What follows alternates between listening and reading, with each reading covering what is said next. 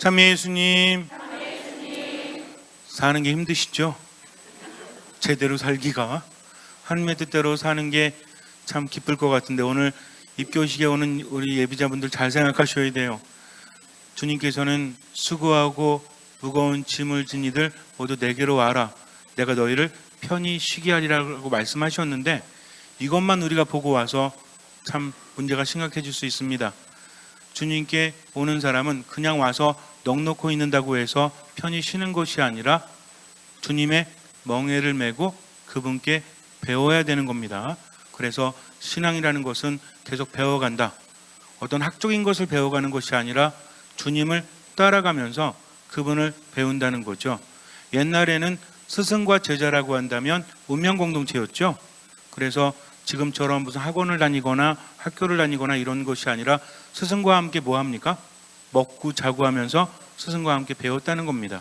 그래서 우리가 신앙을 갖는다는 것은 예수님을 스승으로 모시고 그분과 함께 살아간다는 거죠. 머리로만 기억하는 것이 아니라 그분의 가르침을 무엇으로? 삶으로 실천해야 됩니다.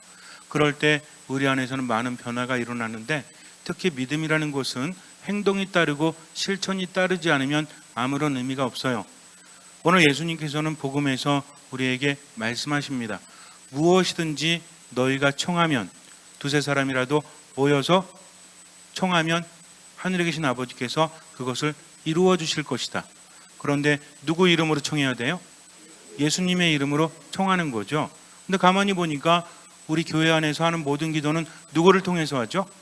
모든 기도문 끝에 뭐라고 합니까? 우리 주 예수 그리스도를 통하여 비나이다. 이건 상당히 대단한 겁니다. 예수님의 권위로서 우리가 기도한다는 거죠. 내가 말하는 것은 별로 의미가 없어요. 그런데 누굴 통해서?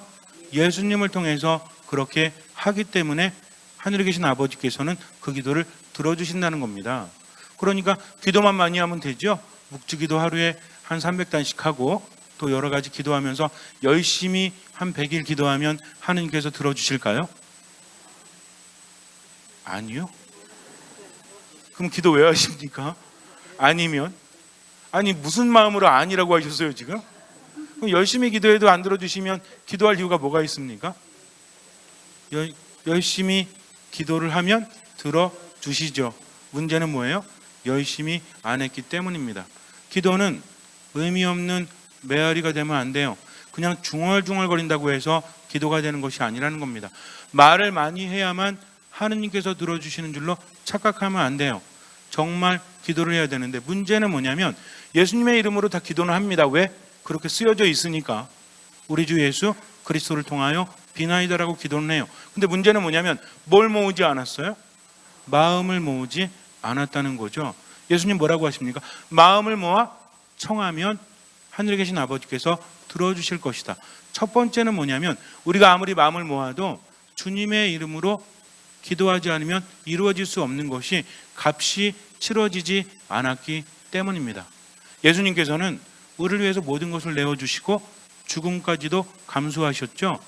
그렇게 하면서 공로를 쌓아두셨어요. 그래서 우리는 그분의 이름으로 청하면 받을 수 있는 겁니다. 이미 값을 치르셨기 때문이죠. 근데 중요한 거는 뭘 모아야 돼? 마음을 모으는 거죠. 밥상을 차려줬습니다. 정말 사내짐이 너무나 만난 것으로 밥상을 차려줬어요. 근데 숟가락으로 떠서 먹지 않으면 아무 의미가 없죠. 밥상을 차려주시는 분은 주님이시지만 떠먹는 건 누가 해야 돼요? 내가 해야 되는 겁니다. 그러면 기적을 일으키는 게 더 힘들어요? 아니면 마음을 모으는 게 더 힘들어요? 그게 더 힘들어요?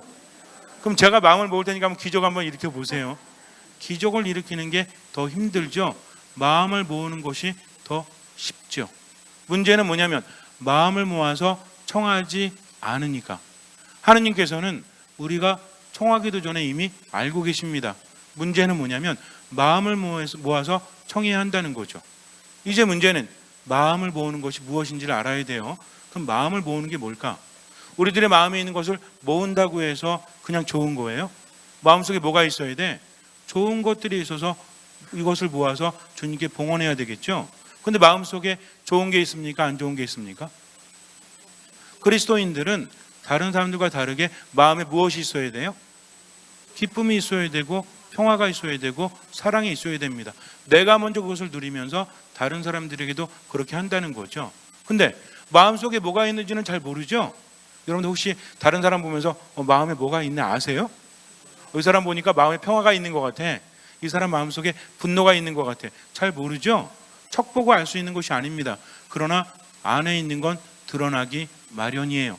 특히 뭘로 드러나냐면 행동으로 드러나지만 표정과 말로 드러납니다. 결정적인 것은 말이죠. 표정이나 행동은 뭔가 사인은 줘요. 근데 말처럼 확실한 게 없죠. 예를 들어서 어떤 사람이 나 싫어하는 것 같아.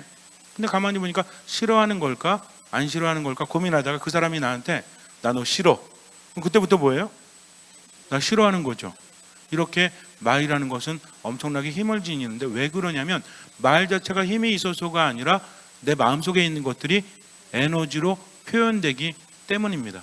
그러다 보니까 마음속에 좋은 게 있으면 겉으로 나가는 것도 좋아요, 안 좋아요?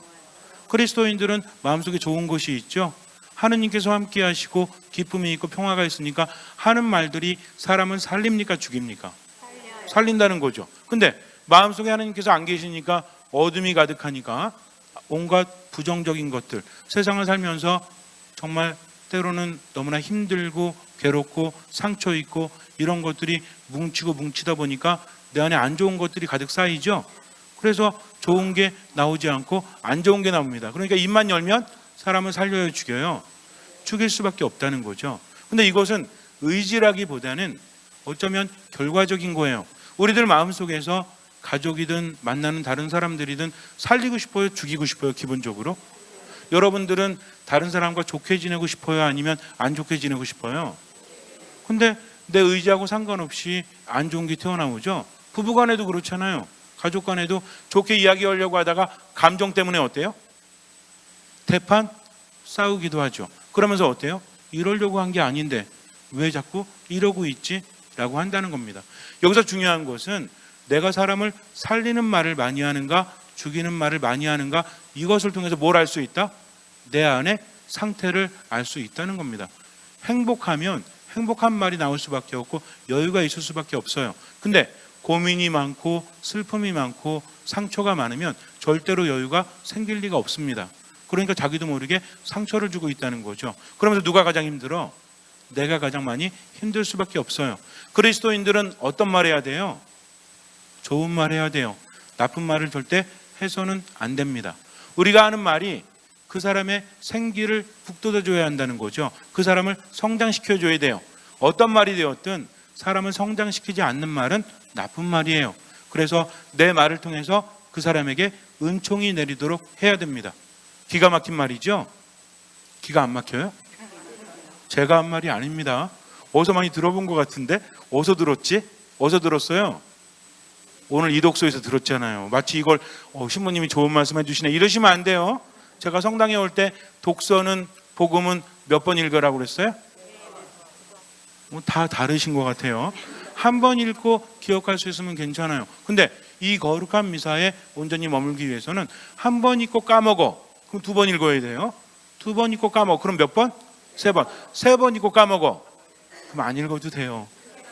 세 번 정도만 하면 최선을 다한 겁니다. 세 번 읽고 까먹으면 네 번 읽어도 까먹어. 그러니까 중요한 건 주님, 제가 세 번을 읽었습니다. 그런데 까먹었어요. 그럼 주님께서 뭐라고 하시냐면 괜찮아. 3, 4번 아니겠니? 세 번 했으니까 마음속에는 새겨진단다. 처음에는 머리에 새겨지고요. 그 다음에는 마음에 새겨지고 그 다음에는 몸 전체, 마음 전체, 인생에 새겨진다는 겁니다. 그래서 내가 기억하지 못해도요. 기가 막히게 떠올라요. 말씀은 살아있기 때문이죠. 말씀은요. 내가 주도하는 것이 아니라 말씀이 내 안에서 주도합니다. 말씀은 죽은 활자가 아니라 내 안에서 활동하시는 하느님이시라는 거죠. 그래서 읽고 까먹고 그래도 3, 4번만 하면 그분의 말씀이 내 안에서 살아 움직여서 가장 필요할 때 말씀이 드러난다는 거죠. 우리가 운동 많이 하면 평상시엔 잘 모르죠. 운동 많이 하시는 분과 안 하시는 분들은 겉만 보고 잘 알 수 없어요. 근데 언제 드러나? 힘들 때 체력으로 드러나지 않습니까? 만약에 미사 끝나고 나서 저기 서봉산이나 칠보산 가서 한 바퀴 돌까요? 그러면 아주 티가 날걸요? 평상시에 운동 안 하신 분들은 어때? 다리가 후달거려가지고 올라가지도 못해? 근데 평상시 운동하신 분들은 거뜬히 올라갔다 내려올 수 있습니다. 나이하고 상관없어요. 제가 얼마 전에 산에 가는데 어떤 이렇게 앞에서 여성분이 이렇게 가시더라고요. 되게 잘 가시더라고요. 끝까지 따라가는데도 너무 잘 가셔가지고 칠보산 꼭대기 올라가가지고 이제 앉아가지고 커피 한 잔 마시는데 딱 봤더니 할머니야. 갑자기 제 자신이 작아지는 것을 느끼면서 저 죄송한데 연세가 어떻게 되셨습니까? 그랬더니 78세시래요. 세상에나 마상에나 뭡니까 이게? 그래서 야 정말 대단하시다 그랬더니 그분은 평상시에 열심히 하시니까 아무렇지도 않게 근데 하시는 말씀이 큰 산은 못 간대요. 작은 산만 천천히 이렇게 시험시험 올라가는 거래. 시험시험 올라갔대요. 뒤에서 따라가느냐고 죽는 줄 알았는데 저도 산 좀 탄다고 하는데 그분은 더 대단하셨어요. 왜? 평상시에 그렇게 했기 때문입니다. 마찬가지예요.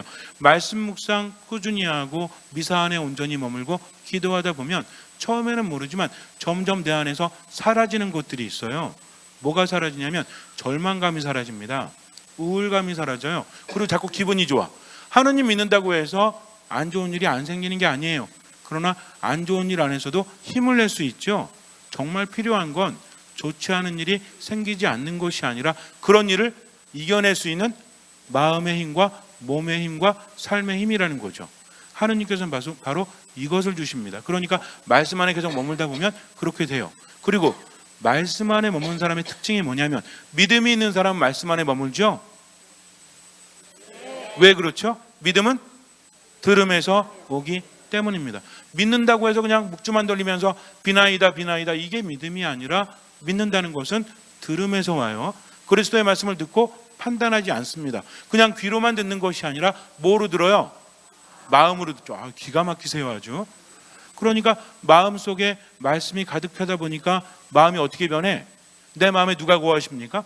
말씀이 와서 거하시다 보니까 하느님이 머무시는 장소가 되죠. 하느님이 머무시는 곳엔 뭐가 있어? 평화가 있고 기쁨이 있고 행복이 있다는 겁니다. 그러니까 말씀을 맨날 듣다 보니까 마음속이 기쁘죠. 마음속이 행복하죠. 마음속이 평화로워요. 그러다 보니까 다른 사람에게 말할 때도 그 사람을 살리는 말을 할 수밖에 없다는 겁니다. 근데 문제는 뭐냐면 내가 살리는 말을 하지 않고 있다면 내가 못됐다가 아니라 지금 내 마음이 어떻다? 내 마음이 기쁘지 않다. 행복하지 않다. 생기가 없다는 거죠. 그러다 보니까 이 모든 것들이 상처를 받으면 오래가. 그리고 억가심정이 자꾸 생겨. 짜증이나 이러면서 안 좋은 감정들 이런 것들이 모여서 어떤 형태가 되냐면 안 좋은 미움이라든지 증오라든지 한이라든지 상처라든지 이런 것들은 결국 하나로 모여요. 그게 뭐냐면 분노입니다. 분노의 형태로 될 수밖에 없어. 처음엔 미워했죠. 처음에는 상처 입었어요. 그리고 싫어했어요. 나중에는 화가 나죠. 분노라는 것은 안에서 점점 똘똘 뭉치면서 힘이 되어 갑니다. 분노의 힘이 얼마나 대단한지 아십니까?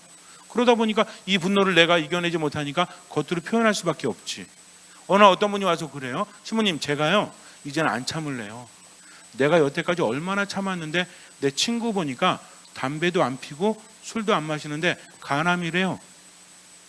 그래가지고 하도 속을 새겨가지고 스트레스 받아서 이렇게 암이 생겼으니까 참는 게 능사가 아니니까 화를 내는 것도 좋대요. 저도 이제 안 참을래요. 제가 그랬어요. 그러세요. 제가 하지 말라고 하면 저한테까지 화낼 것 같아가지고 그러세요 그랬어요. 그랬더니 한 2주 정도 지났는데 이분이 오시더니 죽겠대요. 아주 초췌해져 갖고 오셨어요. 그래서 왜 그러세요 그랬더니 이것도 아닌 것 같아요. 왜요? 그랬더니 화를 냈을 때는 괜찮았대요. 근데 좀 지나니까 어때? 마음이 아주 불편해. 성당에 와서도 누구만 바라보면?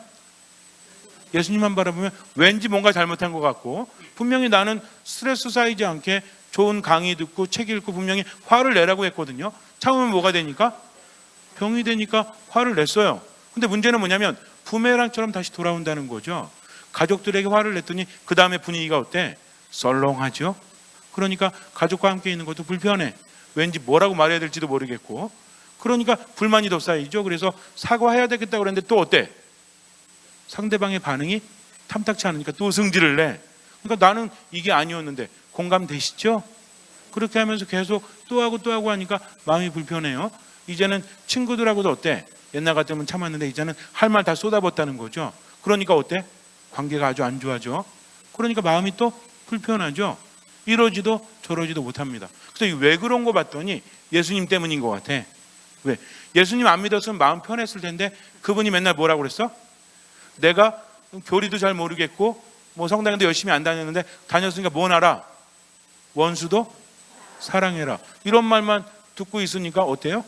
분명히 예수님 안에 머물기 위해서는 사랑해야 되는데 나는 견딜 수 없어서 화를 내고 있고, 이게 부딪힙니까 안 부딪힙니까? 부딪히기가 더 괴로운 거죠. 이러지도 저러지도 못하니까 괴로운 건 나. 누구 때문에? 예수님 때문에. 그래서 예수님을 안 믿든지 아니면 뭘 어떻게 하든지 좀 가르쳐 달래요. 그래서 제가 그랬어요. 그럼 믿지 마세요. 아니 왜 믿지 말라고 하세요? 그래요. 원래 없잖아요 지금 믿음이. 예수님을 믿을까 믿지 않을까 고민하는 게 믿음입니까? 원래 믿음은 뭐죠? 내 심장을 주님께 드리는 거죠. 심장 두 개세요? 하나 드렸으면 다시 달랄 수 있어요 없어요? 그럼 토끼 간이에요 그게? 그러니까 한 번 드렸다면, 이미 믿었다면 이제 믿어야 될지 믿지 말아야 될지 고민하는 것은 드리지 않았다는 거죠. 심장을 드린다는 건 무슨 의미냐면, 믿음이라는 것은 어원적으로 심장을 주님께 드린다는 것을 의미합니다. 심장은 뭘 의미해요? 목숨을 의미하죠. 모든 사람들이 여러 가지 이유 때문에 죽어가지만 결국은 왜 죽는 거야? 심장이 멈추기 때문에 죽는 거죠. 그러니까 심장을 드린다는 것은 다른 의미가 아니에요. 어떤 분이 또 믿음이 너무 강해서 저 배 가르고 심장 드릴 이러면 안 돼요. 그게 아니라 심장을 드린다는 것은 내 목숨을 당신께 드릴 테니까 아무것도 판단하지 않고 죽을 때까지 당신을 따르겠습니다. 이겁니다. 근데 이제 와서 예수님 믿어야 될까 이러면 이거 믿음이 있었던 거예요 없었던 거예요? 그러니까 믿겠다고 말할 이유가 없는 거죠. 아예 안 믿었으니까. 그냥 그분이 이제 얘기를 듣더니 그럼 어떻게 해야 되냐요? 들으세요. 제발 좀 들으십시오. 이미 답은 예수님께서 말씀을 하십니다. 그랬어요. 우리가 살아가다 보면 뭔가 하려고 하지 마라. 하려고 하면 스트레스만 쌓이니까. 스트레스는 언제 쌓이는지 아세요? 하려고 하니까. 사랑해야 되니까. 사랑하고 싶지 않은데 사랑해야 되니까. 근데 사랑하게 되는 건 스트레스가 있어요 없어요? 이건 어쩔 수가 없어. 내가 사랑하지 않으려고 해도 사랑하게 되기 때문에. 사랑하게 되면 사랑하지 않으면 스트레스죠. 근데 사랑할 수 없고 나한테 상처 주고 내가 정말 힘들고 괴로운 사람인데 사랑해야 되기 때문에, 그러니까 스트레스를 받는 것이 아니겠습니까? 정말 중요한 건 그렇게 될 수 있도록 만들어주면 되는 거지, 아예 안 되는 걸 하려고 해도 의미가 없어요. 만약에 제가 밖에 나가가지고 계속 뛰고 있어요. 신자분들이 신님 뭐 하세요? 아, 저 좀 뛰어가지고요. 오늘은 저 아파트만큼만 뛰려고요. 여러분들 뭐라고 하시겠어요? 열심히 하세요. 이러시겠어요? 이해가 안 되시나? 제가 오늘부터 이렇게 뛰는 거 연습하면 며칠 지나면 아파트만큼 뛸 수 있을 것 같아요? 못 뛰죠. 100년을 연습해도 뛸 수 없을 겁니다. 마찬가지예요. 아무리 사랑하려고 해보세요. 되나? 100년을 해도 안 된다는 겁니다. 그러나 사랑하게 될 수 있도록 나를 맡기면 돼요. 인간에겐 불가능하지만 하느님께는 가능하기 때문입니다. 우리는요, 그 무엇도 주님의 무엇이 없이는, 도우심이 없이는 아무것도 할 수 없다는 거. 이거 자꾸 망각하니까 혼자 애쓰고 혼자 힘들어하는 겁니다. 아주 간단해요. 믿음이라는 것은 듣고 머물면 돼요. 그러면서 온전히 맡기면 그때서야 만들어집니다. 우리가 좋은 말을 하는 것도 나쁜 말을 하지 않는 것도 사람을 살리는 말을 하는 것도 내가 하는 것이 아니라 내 안에 하느님의 말씀이 그렇게 만든다는 거죠. 그래서 내가 혹시라도 다른 사람을 죽이고 있다면 가만히 봐야 돼요. 내가 바라는 것들이 이루어지지 않는다면 뭘 봐야 돼요? 마음을 봐야 합니다. 어떤 마음을 모아서 하느님께 드리고 있는지. 근데 오늘 예수님께서 우리에게 힌트를 주십니다. 어떤 힌트를 주시냐면 베드로 사도가 와서 그러죠. 제 형제가 저에게 잘못을 하면 몇 번이나 용서해 주어야 합니까? 7번이면 되겠습니까? 하면서 최대치를 말하죠. 7번 용서하면 많이 용서한 거죠. 이러면서 질문합니다. 그랬더니 예수님께서 뭐라고 하십니까? 7번이 아니라 77번이라도 용서해야 된다 라고 말씀하십니다. 이건 숫자를 말하는 게 아니에요. 7이라는 숫자는 완성된 숫자죠. 근데 77번이라고 하면 7이 몇 개 있어? 2개가 있네. 그러니까 7 2개 11죠. 그렇죠? 10이라는 것도 완전한 수를 의미합니다. 가득 찬 거죠. 그러니까 77번이라는 것은 77번 참다가 78번 때 너 죽어 이게 아니라 언제까지 참으란 얘기야? 끝까지 참으란 얘기죠. 끝까지 용서하라는 겁니다. 근데 용서하지 못한다는 것은 결국 무엇이다? 이제는 다르게 생각해야 되는 거죠. 어떻게 용서할 수 있을까가 아니라 내가 지금 용서하지 못하는 것은 뭘 봐야 된다? 내 마음속에 뭐가 있기 때문이다? 분노가 있기 때문이다. 분노라는 것은 다른 부정적인 것들이 결국 마지막 갖는 형태이기 때문에 그래요. 그래서 이 분노는 해결을 해야 될까요? 말아야 될까요? 그럼 아까 그분처럼 화를 내야 됩니까? 화를 내지 말아야 됩니까? 자, 내 안에 쌓인 게 너무나 많아. 그러면 내가 화내지 않으면 내가 죽을 것 같죠? 왜? 분노라는 것은 에너지를 가지고 있다고 그랬어요. 공격을 합니다. 딴 사람 공격하지 않으면 누구 공격해? 나 공격한다니까요. 그러니까 이거는 화를 내야 돼요? 안 내야 돼요? 내가 살려면 내야 되고 남은 살려면 내가 죽어야 되는데 어떻게 하실래요? 그래도 내가 죽지? 왜 대답을 안 하십니까? 화는 내야 돼요? 내지 말아야 돼요? 왜? 죽으려고? 화를 내야 돼요? 내지 말아야 돼요? 다 대답하세요. 무조건 솔직하게. 화를 내야 됩니까? 내지 말아야 됩니까? 내야 돼요? 내지 말아야 돼요? 죽으려고? 내가 죽어도 남은 죽일 수 없다? 순교자적 정신으로? 그러면 예수님 안에 머무는데 짐이 더 많잖아요. 편히 쉬는 게 아니잖아요. 이건 답이 아닙니다. 자, 집안에 폭탄이 설치되어 있어요. 어떻게 해야 돼요? 내가 죽으면 돼? 그럼 밖에 던지면 돼? 문제가 뭘까요? 내가 죽을 수도 없고 밖에 던질 수도 없죠. 문제가 뭐예요? 여기 문제가 뭘까요? 내가 하려고 했잖아요. 폭탄 설치된 거 보면 어떻게 해요? 전화해야지. 누구한테? 본당 신부님한테? 신부님 와서 폭탄 좀 제거해 주세요. 절대 안 갑니다. 누구한테 전화해야 돼? 경찰에 전화해서 폭발물 제거팀이 와서 그분들 있잖아요. 이렇게 옷 입고 이렇게 와가지고 막 제거하지 않습니까? 그분들이 해야지. 내가 할 수 있는 게 아닙니다. 문제는 뭐냐면 내가 제거하려고 했죠. 화는 내는 것이 아니라 밖으로 내보내야 됩니다. 이거 잘 내보내야 돼요. 근데 이걸 내보내지 못 자기가 하려고 하니까 그거를 감당하지 못해서 다른 사람 죽이고 힘들게 하고 자기도 죽는 거죠. 근데 우리가 폭탄 건드리면 어떻게 될 것 같아요? 터져버리죠. 그럼 누구부터 죽어? 지부터 죽어요. 그러니까 다른 사람도 죽이고 나도 죽으니까 어떻게 해야 된다? 폭발물 제거반을 불러야 된다. 이게 누굽니까? 이 예수님이에요. 그분이 내 안에 오시면 모든 것들을 제거해 주시는 거죠. 그래서 화를 내면 안 된다고 생각하지도 말고요. 화를 내도 된다라고 생각하지도 말고 화는 밖으로 내보내줘야만 내가 살 수 있다는 겁니다. 정말 중요한 건 뭐냐면 화를 안 내서 힘든 것이 아니라 화가 내 안에 남아있기 때문이기 때문에 이걸 없애는 게 더 중요하다는 거죠. 치유하시는 분은 누구십니까? 하느님이시죠. 그래서 빈센트 병원 가면요 써 있어요. 치유하시는 분은 하느님이시다. 의사들은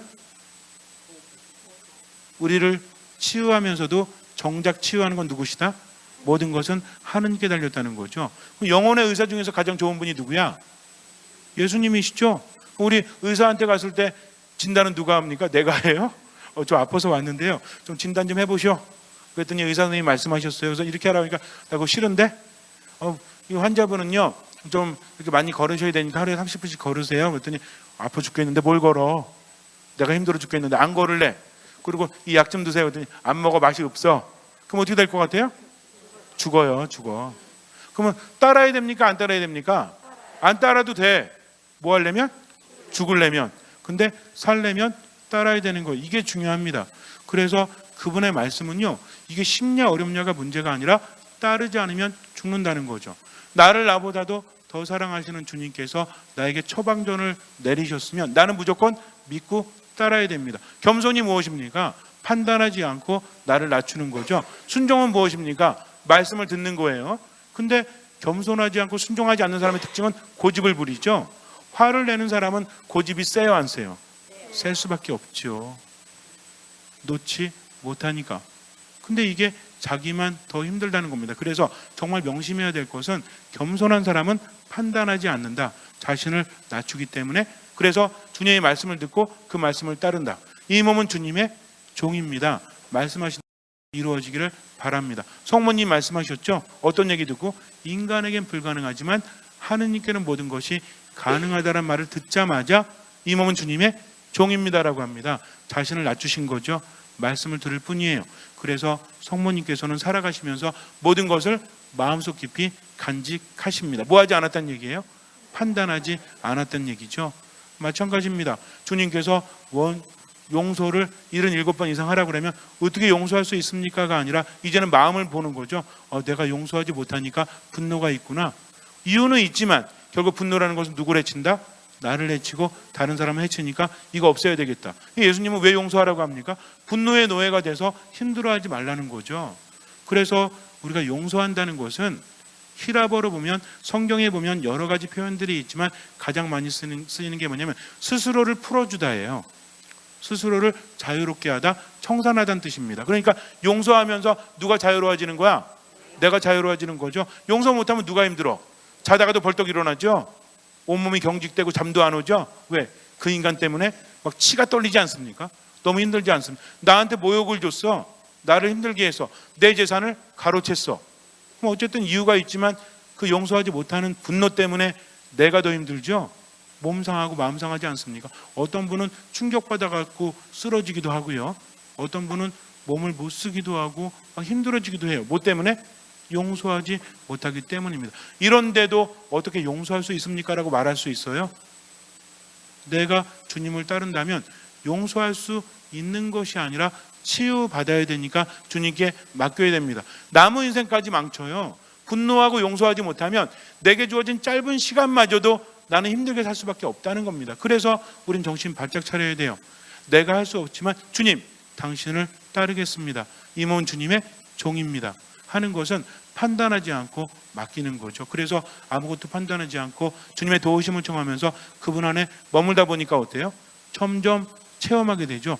이래서 주님께서는 용서하라고 하시는구나. 용서가 얼마나 대단한 건지 아십니까? 용서는요, 알았어요. 그냥 알았어. 이제 안 미워할게. 이게 아니라 예수님께서는 원수도 사랑하래요. 그러니까 용서는 뭐야?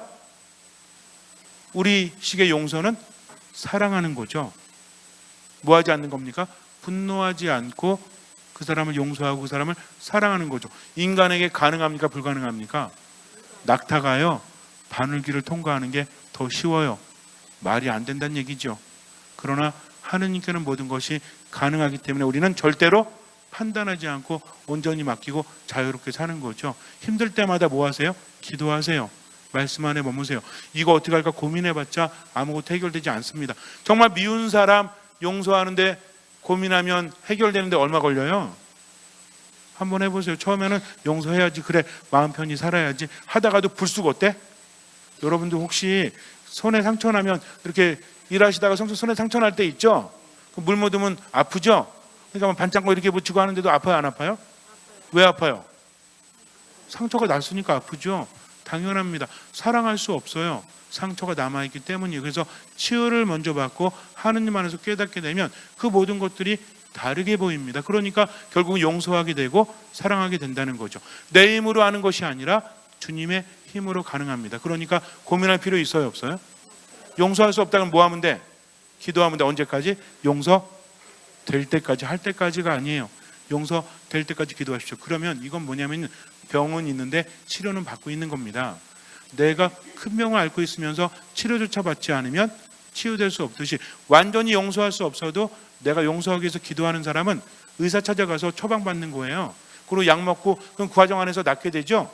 근데 어차피 안 나는 거하고 안 찾아가면 어떻게 돼? 죽어요. 죽습니다.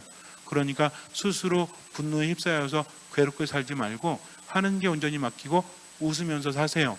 행복하게 사세요. 누구 때문에 우리는 기쁘죠? 하느님 때문에. 그러다 보면 마음속에 점점 하느님의 자리가 커집니다. 그럼 뭐가 작아져요? 분노가 작아져요. 분노가. 그러면서 밖으로 이렇게 딱 밀어지죠. 그럼 그때부터 나는 자유롭게 살 수 있는 겁니다. 근데 그렇지 않으면요, 평생 노예가 돼서 얼마나 힘든지 몰라요. 그러면서도 하느님께 기도하지만 이 기도는 진정한 기도가 아니다. 왜? 뭘 모으지 않았으니까? 모았다 손치더라도 그 마음에 뭐가 가득하니까?